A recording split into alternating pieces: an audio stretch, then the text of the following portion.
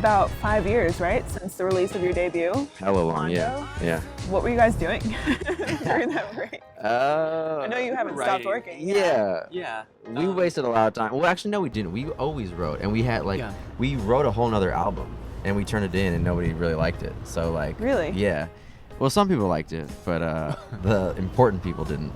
And so we kind of we kept writing. We only kept 2 of the songs from that album on Plural, the first 2 songs, which are a song called Zero and one called Glorious Warrior. Okay. And besides that, we just wrote a whole new album. But like a year and a half ago, we had like a completely different album.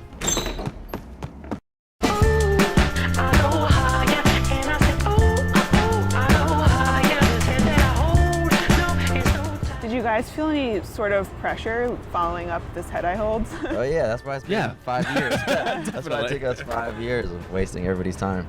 Because we just were like, crippling anxiety. I mean, that song was massive. We had a bunch of songs like that too, these kind of throwback, I don't know, some like white boy version of Motown thing. But it was just, I don't think, both of us didn't want to go that route as much as I'm sure some business people probably did want us to go that route, because we had some old songs from that era that were very similar, but I don't think we wanted to try to like rehash some like subpar version of this that I hold, right. You know what I mean? Which is like, if it works, it's amazing, but if it doesn't, it's just a horrible mistake. So we kind of we're just interested in different kinds of music. I think a lot of more modern stuff too. Yeah.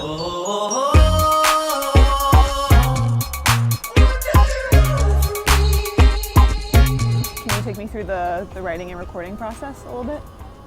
I mean, it was really similar to the first one in the sense that a lot of it just kind of started in Ace's bedroom where his studio is, and then kind of progressed to going out and recording in different studios. We used Brian's studio, and on this one we used a few different producers, but for the most part it was just at Ace's house, working stuff out and then kind of taking it and working on it elsewhere. But yeah. And that's how the first one was too. We just we'd finish stuff at Brian's. Mm-hmm. Anything that was too big, drums, anything that was kind of complex to record. We tried drums at my house, but they just sounded terrible.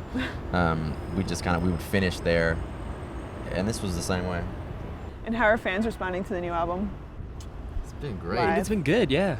In the States, it's been, because we didn't know after 5 years, it's just people could just not care at all, But in the States, it was amazing. Yeah. Definitely better than the first one. Yeah.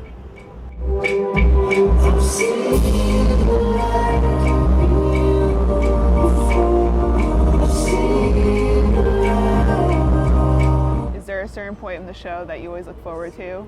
I like See the Light. We played, there's a slower song called See the Light, and actually we just played New York or Brooklyn, and we had a deep little moment where a fan of ours, this really young girl, I think she was 17 or something, she had tried to kill herself, and she was in critical condition that week, and her family was hitting us up and saying she had tickets to the show, we don't know if she's gonna pull through, and she ended up passing away right before the show. And her family, I don't know how they did this, but they got her sisters in, which were these underage girls, and her father came, and they were right up front, and we just said a little something before, and we dedicated the song to them. There's not much you can say for such a heavy thing, but I've been going back and forth with the dad for months now, and it was a good reminder of just why you do this kind of shit. I can't figure it out. Back to going nowhere. And you were writing with a lot of different people and producing, I think. We were actually just with Portugal the Man. Oh, really? And they You were interviewed talking them? about you guys, yeah. Yeah. Oh, cool. Yeah. Shout out to Portugal. I asked them if Alaska is still a home for them. Do you still consider Alaska to be an inspiration to you? Oh, absolutely. Yeah, totally. It always will be. We grew up in such a special place in such a special way.